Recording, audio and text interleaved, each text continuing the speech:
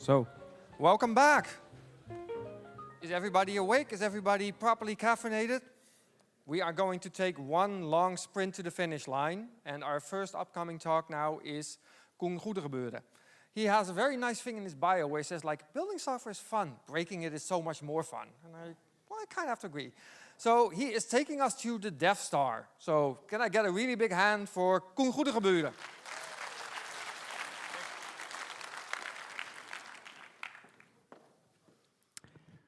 Let's take the clicker as well. So welcome. I hope you have had a good coffee, and I'm really absolutely thrilled. I was looking forward to this talk for a long time, because it combines one of the two of the things that I really love, like cybersecurity and software development, and Star Wars, of course. And I'm actually trying to figure out a talk that actually has some pizza in there as well. So can I see a few hands? Who has actually seen Star Wars? Oh man. And don't lie, who likes to break stuff for fun and profit? I see a lot of hands, so yeah, you're in for a treat today. A little bit about myself. Click. So I'm a software engineer for over 25 years, also a software architect. And well, about 13 years ago, I discovered, as Alex said, that building software is fun, but breaking software is even more fun. And I found my passion for cybersecurity. I went all out, right, with bug bounties, ethical hacking, and I also competed in international tournaments, and also fulfilled the CISO role in several companies. But I always kept crossing the gap between software development, cybersecurity, and the business organization. And in my experience, when you develop software, most of the effort on cybersecurity, not sure about your experience, but mine is that it mostly happens on the right side of the software development lifecycle, right, just before going to production. And I found that you can really make an impact if you introduce these cybersecurity principles on an earlier stage of the software development lifecycle. Think about cybersecurity way earlier before going to production. And that's why I started a few years ago, I started my own company, Scion, to help organizations make this shift left in cybersecurity. And threat modeling, is what you already saw in the title, is a really great way of introducing the cybersecurity principles on the early stage of the software development lifecycle. And I'm really thrilled to tell you this story today. Okay, so we're going to talk about Star Wars. And before we dive in, we need to talk about something, because I don't own Star Wars. Disney does. Oh, I think somebody, well, the font for some reason is wrong. Well, I don't own Star Wars, so Disney does. Please don't sue me. And well, this presentation is inspired by a talk I saw years ago by Mario Oreja, so really thanks for the idea. There's a very powerful message on why threat modeling is an important part of cybersecurity, and it comes from The Art of War by Sun Tzu, in the 6th century before Christ. If you know the enemy and know yourself, you need not fear the result of 100 battles. If you know yourself but not the enemy, for every victory gained, you will also suffer a defeat. And if you know neither the enemy nor yourself, you will succumb in every battle. And actually this quote, know yourself and know the enemy, is the essence of cybersecurity. And it's as relevant today as it was 2,500 years ago. So what is threat modeling? Well, you see a nice quote here, so that's a spoiler. Well, a lot of research has been done on what threat modeling is, but there's no real unified definition. I think this one sums it up pretty nicely. So threat modeling is a process to identify, enumerate, prioritize threats and mitigations from an attacker's point of view.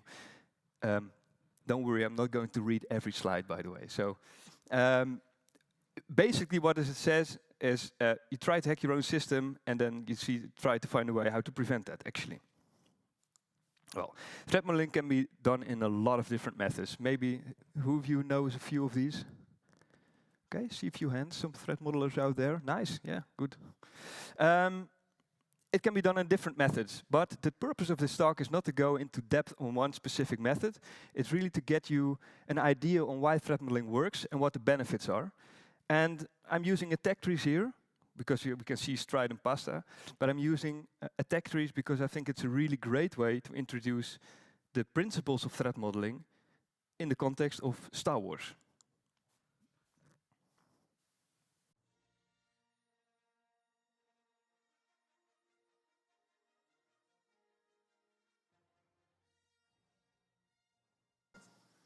So there you go, on the way to this massive Star Destroyer. And I have to congratulate you all in the audience, because you've just been promoted to Chief Imperial Security Officer of the Galactic Empire. A little bit of applause for yourself. Good job. So you work your ass off. Sorry, I think there's one kid in the room, so I'll keep the profanity low. You worked your ass off for your career. You started out as a low-level stormtrooper, all the way up to the high ranks of a C-level officer. So great job. That's the good news. The bad news, this guy is your boss, right? And we just saw a nice talk about empathy. He has a different leadership style. And whatever you hear nowadays from blameless culture, servant leadership, it's not really his thing. Right? So you better not fail, because this is what actually happened to your predecessor. What does help? Well, come on, you're working for the best organization in the galaxy, right? The Galactic Empire. They're really powerful. And they bring stability to the galaxy. And sometimes they need to fend off the odd terrorist rebellion, but in general, they know how to protect themselves. On the other hand, security is really terrible. And what you see here is recent footage of one of the rebellion droids who tries to hack into the network. So, yeah, man, you have a lot of job to do. You have a lot of work to do. You have your work cut out for you. So where do you start? Well, you're the CISO, C-level. So where do you start? You have to think about the most important assets of the organization, right? What are the crown jewels? What do you need to protect before anything else in the organization? Well, the answer is pretty simple and easy, and it was also in the starting slide, so let's talk about the Death Star. Right. It's a weapon the size of a small moon, and it's a massive waterfall project. It's been in the making for over 20 years. It cost 1 trillion credits to build, and well, the business is really not happy with the delays. Right? It's really over budget, and it's long overdue, and now it's up to you to secure it. And to make something worse, your predecessor didn't do anything about it, so now it's up to you to secure it. Good luck with that. So we know what to protect. Now we need to find a way we need to find out who to protect us from. And we do this with a nice exercise called evil personas. And during evil personas, we try to find out what adversaries we might face when we need to defend the Death Star. You do have some inspiration, of course, because the Galactic Empire has been under attack for decades. So you have an idea who you might face during this defense. So the first persona, Jar Jar Binks. Well, he represents the class of script kiddies. He represents a class of script kiddies. As you see, expertise is low. They don't really know what they're doing, right? And resource-wise, well, they're also not so great. They don't usually organize themselves very well. They're mostly in for bragging rights and really highly competitive. They're not much of a threat to the Death Star, but I think it's a good idea to list them, right? Let's move on to the smuggler. Smugglers, well, their expertise is okay, right? They know how to smuggle things, they know to kill stuff. Resource-wise, well, at least one of them has an old Millennium Falcon laying around somewhere, but so that's pretty okay. They usually operate alone, so they don't organize themselves very well. Then there are these guys. Expertise through the roof, right? They do absolute magic. You have your best, you have your best security guard stationed outside, somewhere to protect something, and they go, "These are not the droids you're looking for. Move along." And then they just let them pass. So how can you defend against that, right? There's no way. Resource-wise, well, according to the legend, your boss killed every single last of the Jedi. So, and you trust him to have done his job really well. So basically, they don't exist anymore. So they don't organize themselves very well. And if they actually do exist, they're probably hiding on some planet far, far away. Insider threat. This is an overlooked persona for every organization, by the way. It's a threat from within, inside the organization. And you see here, it's represented by a low-ranking stormtrooper, but it can be anybody all the way up to the high-ranking officer. Expertise-wise, come on, they're good. They've trained by your own organization, right? They're the best in the galaxy. So expertise-wise, they can be very good. Depending on the rank, they might have their hands on some good resources. And they had the military training of the Galactic Empire. So organization-wise, yeah, they're really spot on. And then this one. She's the rebellion leader. And she's a nation state. That's a force to reckon with. Expertise, they're really, really good. And they have massive amount of resources. And yeah, they know how to organize themselves. So now you know a bit about the personas that we might face. And these are the ones that we need to defend the Death Star against. So we know what to protect. We know to protect it from.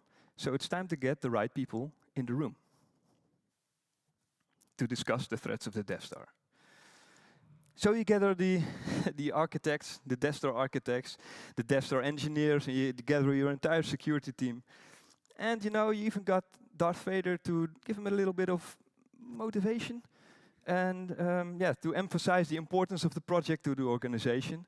Now, it was not a real difficult, well, it was not an easy meeting to schedule, because with all the time zones in the galaxy, and you know, Darth Vader's a busy guy, you should see his agenda.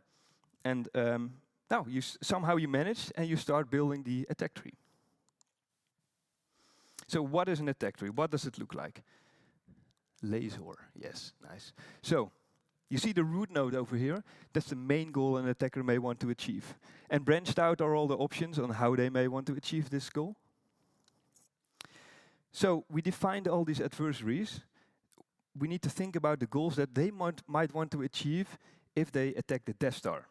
And we need to scope something, because the Death Star is incredibly big. It's really big. So we could go with the adversaries, we could go for completely annoying people, Jar Jar Binks, or we could go for smuggling things, stealing, doing some intelligence. But you need to think about the goals that are most damaging to the Galactic Empire, considering the asset itself. So you came up with two goals.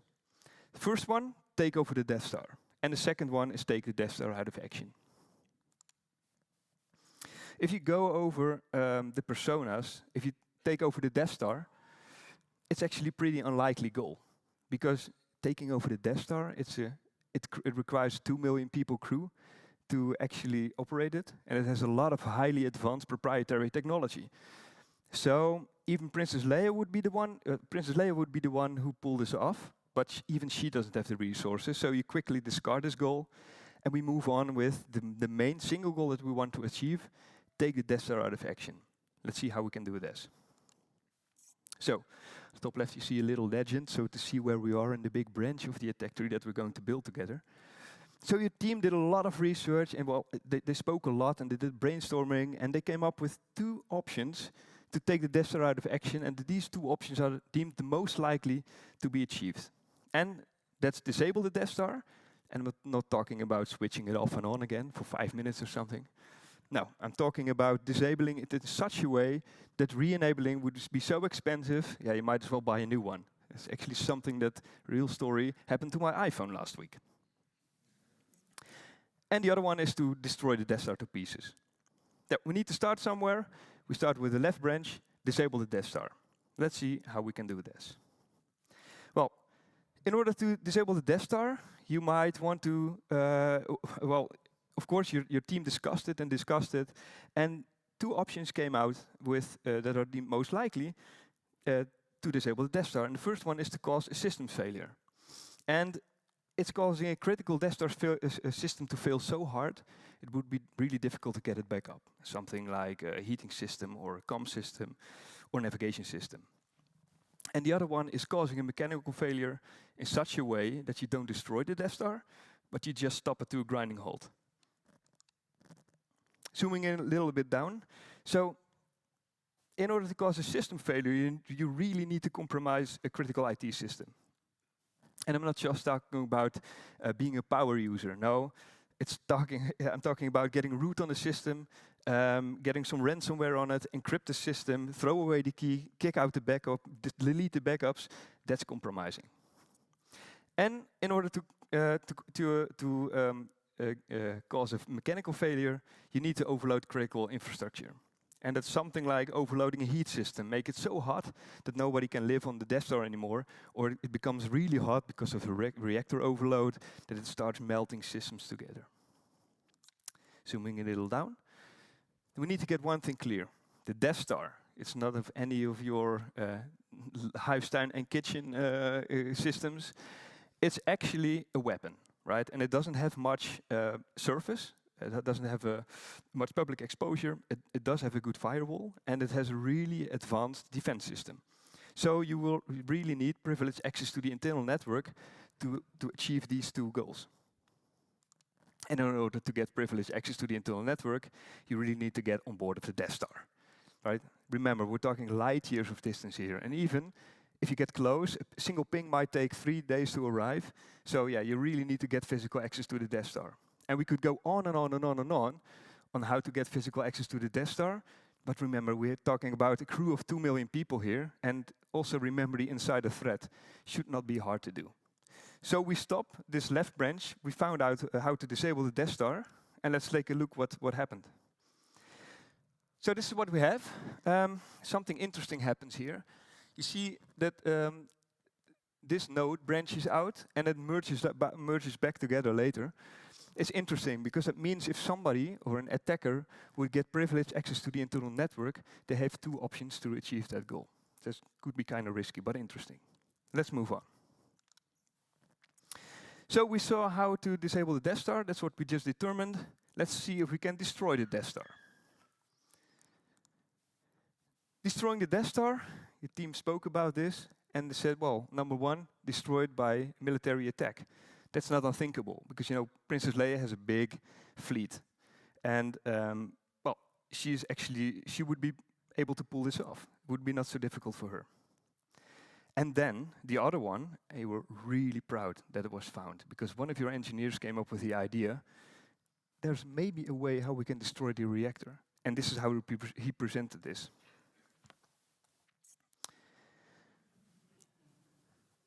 Inside the Death Star, there's a reactor core, and it provides power to the moon. And this this reactor core gets really hot. So it needs to ventilate excessive heat sometimes out into space.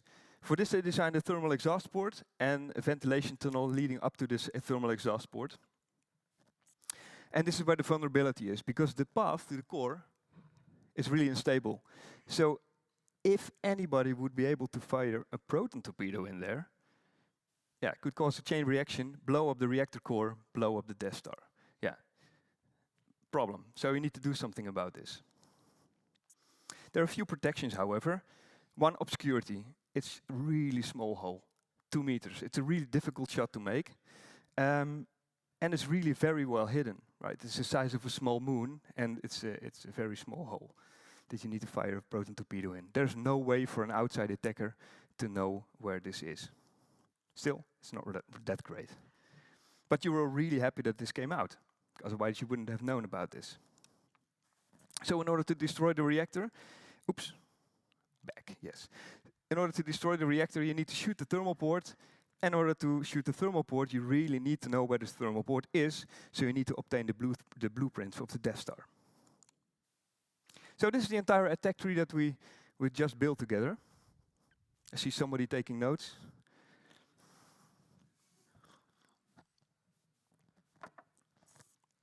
So, pretty proud of what we did as a team.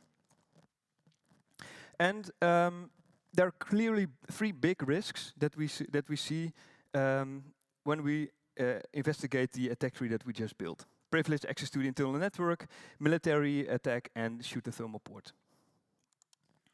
Let's see if we can mitigate these risks. So, at first, privileged access to the internal network. The inherent risk, that's the risk before any mitigations, looks like this. So, impact is critical. I mean, if they can disable the Death Star, yeah, you're done with it. So the impact is critical. The likelihood with the current security measures is medium, because it's not that easy to pull off. You need to be on board of the Death Star. On the other hand, you can just fly a drone in, plug into the internal network, and bam, you're done. So you're the CISO, you need to do something against that. And these are a few mitigations. The first one, better authentication and authorization, at least something better than I'm wearing a stormtrooper helmet, it's white, let me in, I have access. And the other one, defense in depth, because just because you're inside a Death Star, it doesn't mean that you should have access to everything. And this is actually a mitigation that's often overlooked when you build software. Your organization says, hey, we have an external firewall, good luck, if somebody gets in, you actually have access to everything. And there are a few other mitigations in place that you can do to prevent people from getting privileged access to the internal network. And with this, the residual risk, the risk with mitigations in place, looks like this. It drops from medium to low. All right, military attack. So, you can destroy the Death Star. Inherent risk looks like this. The impact is critical, right? Death Star destroyed, Death Star unusable, problem. The likelihood is high because as soon as the rebellion scum find out about this Death Star, they want to attack it with everything they got. So the likelihood of a military attack is pretty high. What can we do against this? Well, first thing, better incident response procedures, right? Make sure that the crew knows what they're doing in case of an attack. And the second one, get the Star Destroyers on call. And the Star Destroyers are the flagships of the Galactic Empire. They're the big ships, the one that you just arrived on. So if you get them on call, so as soon as a military attack happens, they can fly in and help for the defense. Sounds pretty obvious. And the last one is, well, in fact, if you want to prevent a military attack, the best way to do this is to know when it's coming, so you can do something against this. So in order to do that, you decide to monitor rebellion activities. And the residual risk after these mitigations looks like this. The impact drops from critical to high because with the incident response procedures and the Star Destroyers on call, maybe the Death Star will not be destroyed, but it will only be heavy damaged. It's better than nothing, right? So it's still high, but it's not critical anymore. And the likelihood drops to medium because the rebellion, as soon as the rebellion know that you have better protection, they probably won't waste their entire fleet going in all out with a military attack. Now this one, that's an interesting threat because, and maybe you have seen this one as well in your company, inherent risk looks like this. The impact is critical because you can absolutely destroy the Death Star with this. The likelihood is low because we saw it's really difficult to make the shot and you really need to know where the thermal exhaust port is. And you want to do something against it as a CISO. But you know, the business says, the project is long overdue. And yeah, it's, we really don't like these delays, so we really need to go to production. So there's only one thing that you can do as a CISO, and it's move the Death Star plans, the blueprints, to secure vault and hope nothing happens. Well, then you're done with your session, everybody goes back home, somebody goes surfing on Alderaan, that's really a good idea. And then the Death Star eventually gets released. Until this happens. Not sure how that came up with you. It's supposed to blow up into 1 million pieces. Oh, there we go. Ah. It's looking like a NASA photo right now. So, it blew up. What do?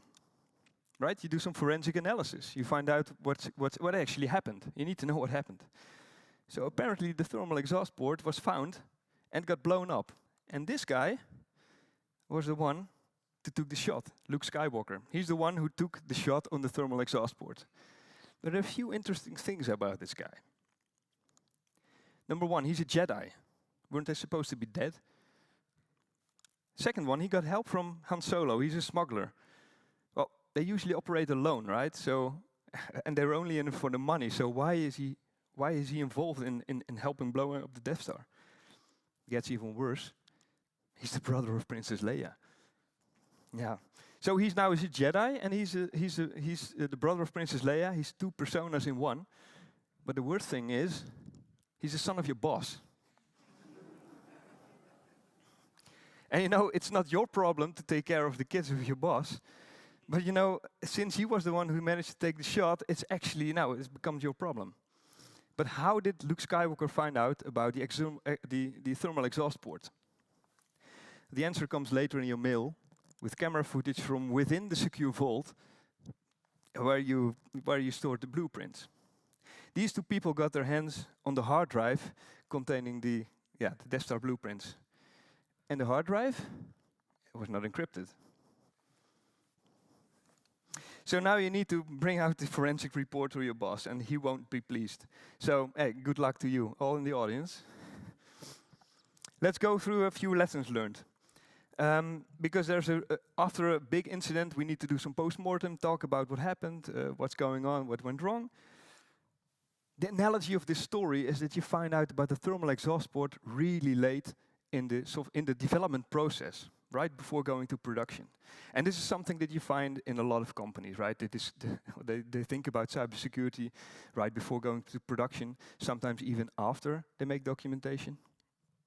And if you threat model early, they might have found about the problem with the thermal exhaust port and the ventilation shaft in a much earlier stage. And it's really easy, let's say it's much easier to fix a design than when your product is already orbiting Alderaan.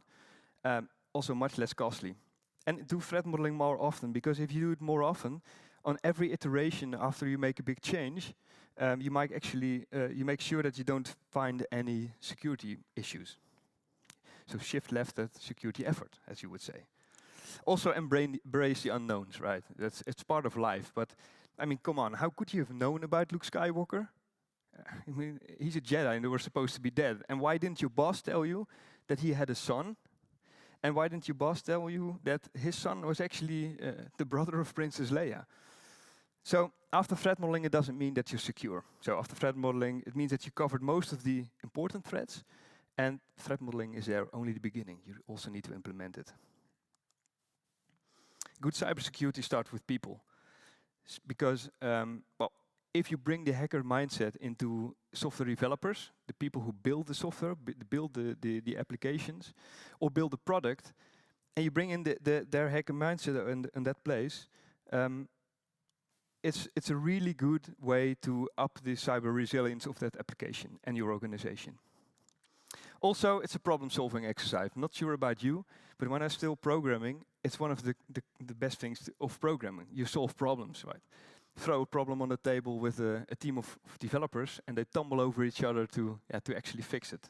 At least, well, that's how I was when I was still programming. So, and it's a great way to collaborate, to get everybody involved on an application or on a product, from the DevSec and to the ops to HR to everybody who's involved.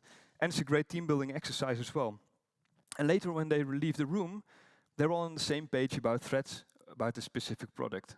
And it's easy to prioritize, and it's not a, well, as soon as they, as you face a new risk or face a risk that they already know, there's no way they can say, well, that's not as a critical. That was not a critical because they were there in the room. Maybe they even found it themselves. So we're really on the same page. It's also a great way to be engaging. It should not be just one checkbox to tick. So they come back more often to the threat modeling session. So now you understand, hopefully understand, the process and how it works and the reason why we do threat modeling. So go out and try it, and as you say, may the force be with you.